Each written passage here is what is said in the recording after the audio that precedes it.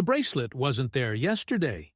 I noticed it while we were sitting on the back porch, the August sun beginning its slow descent, casting long golden streaks across the weathered planks.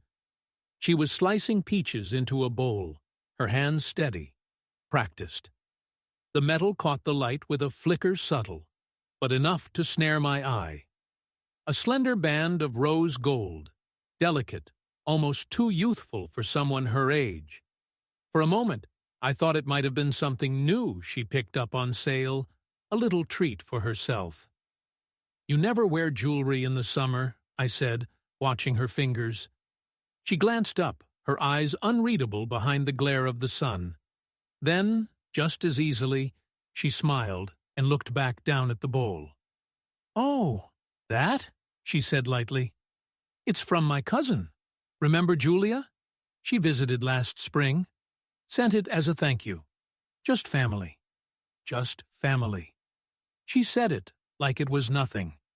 Like I wasn't supposed to feel the sudden warmth creeping up the back of my neck. But something in the way her hand hovered too long over the fruit bowl, in the way her voice pinched slightly at the edges, made my stomach tighten. I nodded slowly, like I believed her. But I didn't. We'd been married 32 years. Long enough to know when a lie was trying to wear someone else's shoes. It wasn't in what she said. It was in what she didn't. Julia, her supposed cousin, never gave gifts, certainly not jewelry. She was the kind who forgot birthdays and mailed Christmas cards a month late, if at all. Still, I said nothing. The last few years had taught me to sit with my thoughts, to observe more, speak less. A strategy learned not from wisdom, but from the slow erosion of trust. Conversations had become measured, careful, like walking barefoot on cracked glass. Later that evening, while she was upstairs folding laundry, I lingered in the kitchen under the dim pendant light. The bracelet was there on the counter, beside her tea mug. She never left things lying around. That alone was unusual. I picked it up carefully. The metal was warm, still holding the heat from her skin. It was simple, elegant, something a man would choose if he wanted to say, "I see you," without saying too much. There was a clasp, tiny and seamless. And then I saw it. On the inner curve, so faint you could miss it unless the light hit just right, was an engraving. To H. Yours, always. A. The world went very still.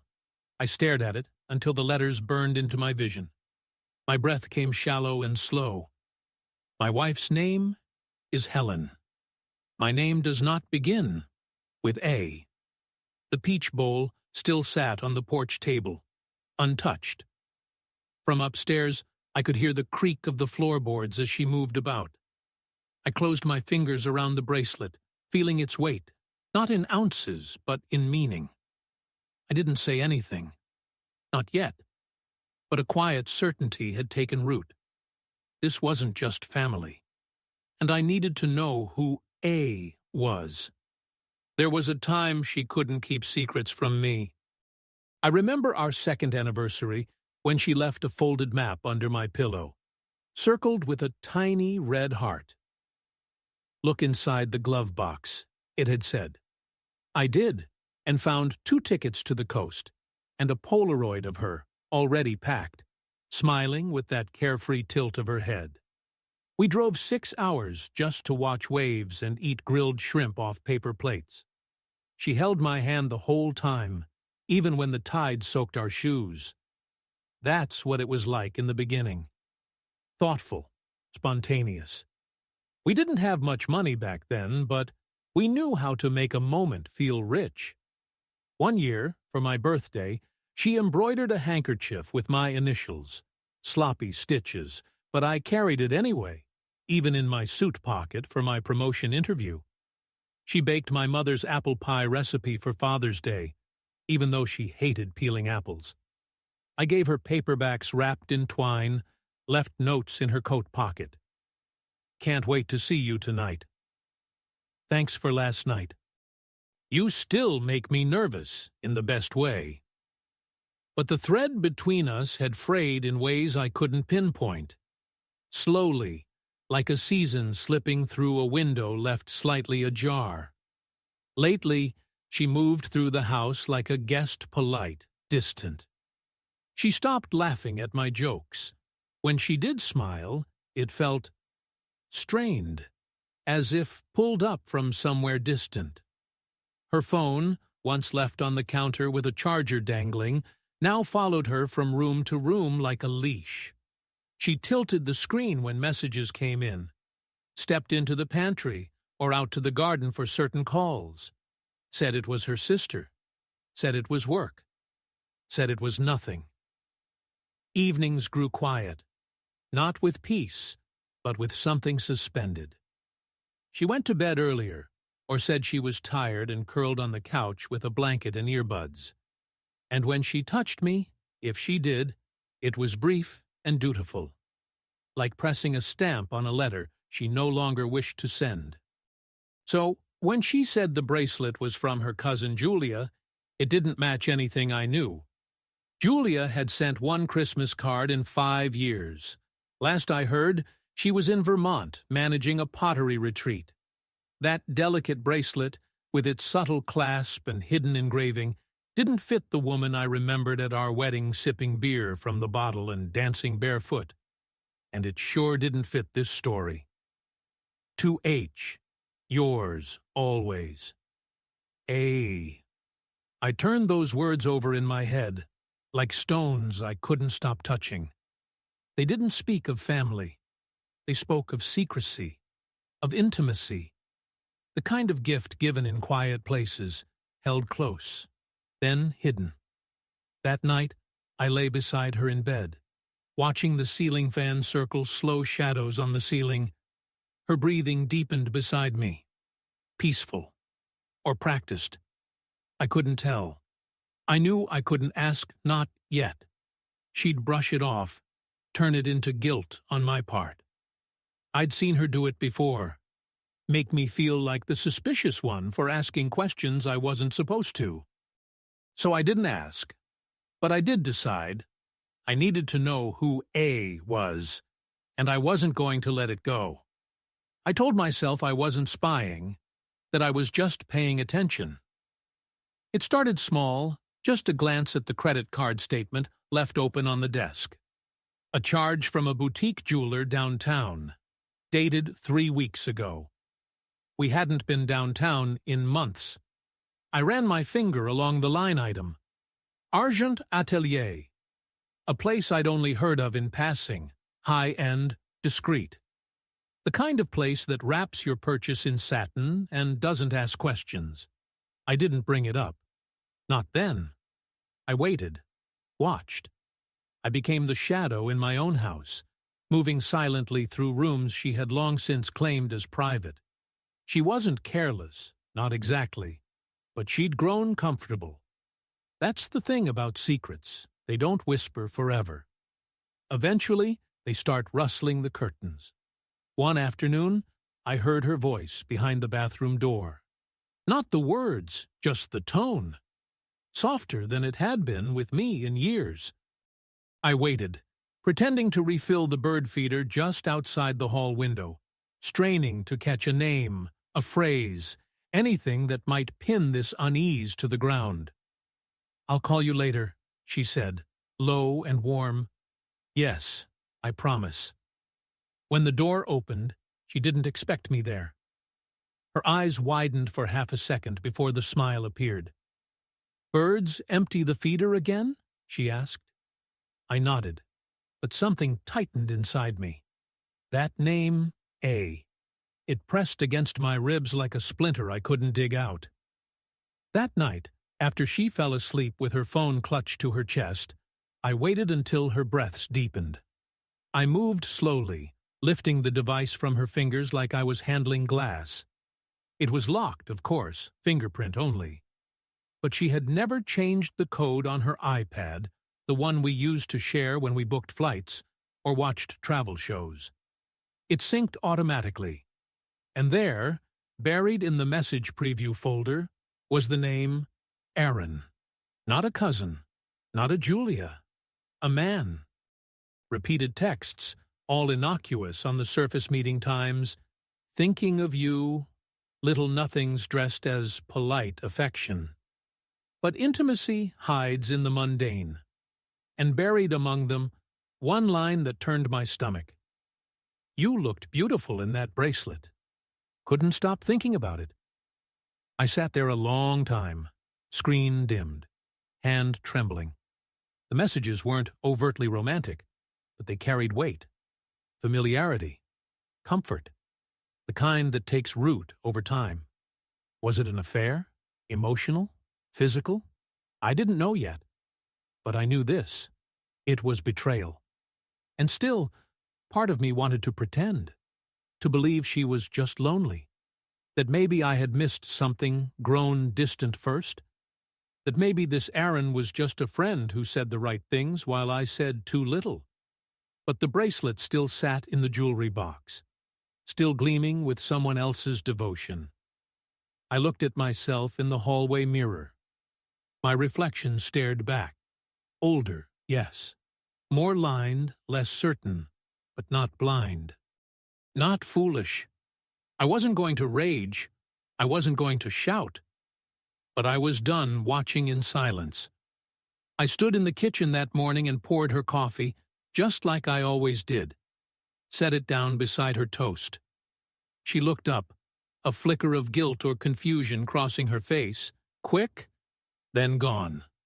I smiled gently. We should talk, I said, and I watched her expression freeze. I placed the bracelet between us on the kitchen table. She blinked, then looked away, reaching for her coffee like it might shield her. The ceramic cup clinked softly against the saucer, the only sound in the room besides the low hum of the refrigerator. You said it was from Julia, I said quietly. Your cousin. She didn't answer, just wrapped her fingers around the cup, but didn't drink. I leaned forward, not accusatory, just steady. I looked at the engraving, Helen. Still, no words. Her eyes remained fixed on the window behind me, where the garden was just beginning to catch the morning sun. To H. Yours, always. A. I waited. Gave her space. Time to offer an explanation, a confession. Anything honest. But she only exhaled through her nose and shook her head once, as if I were the one making too much of it. It's not what you think, she said finally, her voice measured, almost tired. What do I think exactly? I asked. She glanced at me then, briefly. That I've been hiding something. That I've been unfaithful. Haven't you? She sighed and finally touched the bracelet, turning it slowly with her thumb. Aaron is an old friend, from years ago. We reconnected. I felt a pulse behind my eyes. Old friend, I repeated, like the words were foreign. Yes, she said quickly. We talk. We check in, that's all. He's going through something difficult. I've been a support. I let the silence stretch. He gave you jewelry. It's a bracelet, she snapped, then softened. It was a thank you, with an inscription that says, yours, always. Sure, she looked down at her lap. He didn't mean it that way. He didn't mean it that way? I echoed, disbelief creeping into my voice. What way did he mean it, Helen? Her mouth pressed into a tight line. She didn't answer. You told me it was from your cousin, I said, more gently now. You looked me in the eye, and you lied. Her eyes flicked back to mine. There was something behind them, regret, maybe, or simply the fear of being caught without an escape. I didn't want to hurt you, she said. You didn't want to be honest, I corrected. You didn't want to explain why your phone's always with you, why you laugh more with him than with me, why, when you talk to him, your voice sounds like it used to, when it was still meant for me. Her shoulders curled inward. "It's not what you think," she repeated, quieter now, a failing refrain. "Then tell me what it is." She opened her mouth, closed it again. Her fingers tightened around the edge of the table. And in that moment, I realized it wasn't just about Aaron. It wasn't even about betrayal. It was about the distance she had chosen. The door she had quietly closed between us, locking me out, not with malice, but with choice. A choice to turn toward someone else. Someone who saw her the way I once did, or maybe the way I still did, but too quietly. I stood. She looked up, startled. "I'm not angry," I said, "but I won't be lied to in my own home. Not anymore." "What does that mean?" she asked, her voice suddenly small. "It means I'm going out for a while," I said. "And when I come back, we'll talk again. If you're ready to tell the truth." I took one last look at the bracelet, still gleaming, still tainted, and walked out the door. Behind me, I heard nothing. Not a call after me. Not the scrape of a chair. Just silence. But it was honest silence, at last. The house was silent when I returned. Not just quiet silent in that heavy, waiting way. The kind of silence that lives in churches and closed-up bedrooms. It didn't ask questions. It already knew. She wasn't in the kitchen, or the den, or upstairs in the room we once shared. A note waited on the counter, folded, neat. I didn't open it. Not yet. Not because I didn't care what it said, but because I already knew what words could do. Bend truths, dress guilt in softer clothing. I walked through the house like a man closing doors for the last time. Each step was deliberate. I opened the closet, pulled the small duffel from the top shelf, the one I used when we took weekend trips before things got complicated, before our laughter grew careful, before the space between us turned from comfort into terrain. I packed lightly, just enough. A few shirts, my razor, the novel I'd never finished, the little framed photo from our early days, not because I wanted to remember, but because I didn't want it left behind, like a prop in a forgotten scene. Then I walked back to the kitchen. The bracelet was still there, alone on the table, gleaming faintly in the afternoon light like a secret refusing to stay buried. I sat down, slipped off my wedding ring. It came away more easily than I thought it would. No fanfare, no final words shouted into the air. Just this, a circle of gold placed beside another. One forged from vows, the other from deception. I didn't leave the ring there as punishment. It wasn't a message.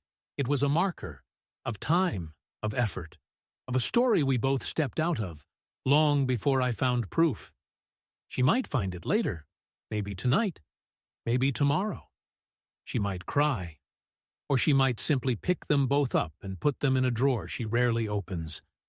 Either way, it didn't matter. I opened the front door, looked once over the garden she had tended for years, then stepped outside. The sun was lower now, casting the world in amber. I could feel the warmth on my shoulders as I walked down the path and toward the car. I didn't look back. Some endings don't come with thunder. Just a soft click of a door closing behind you. Final line, and when the lock slid into place, I knew it wasn't her I was leaving. It was the man I became for her.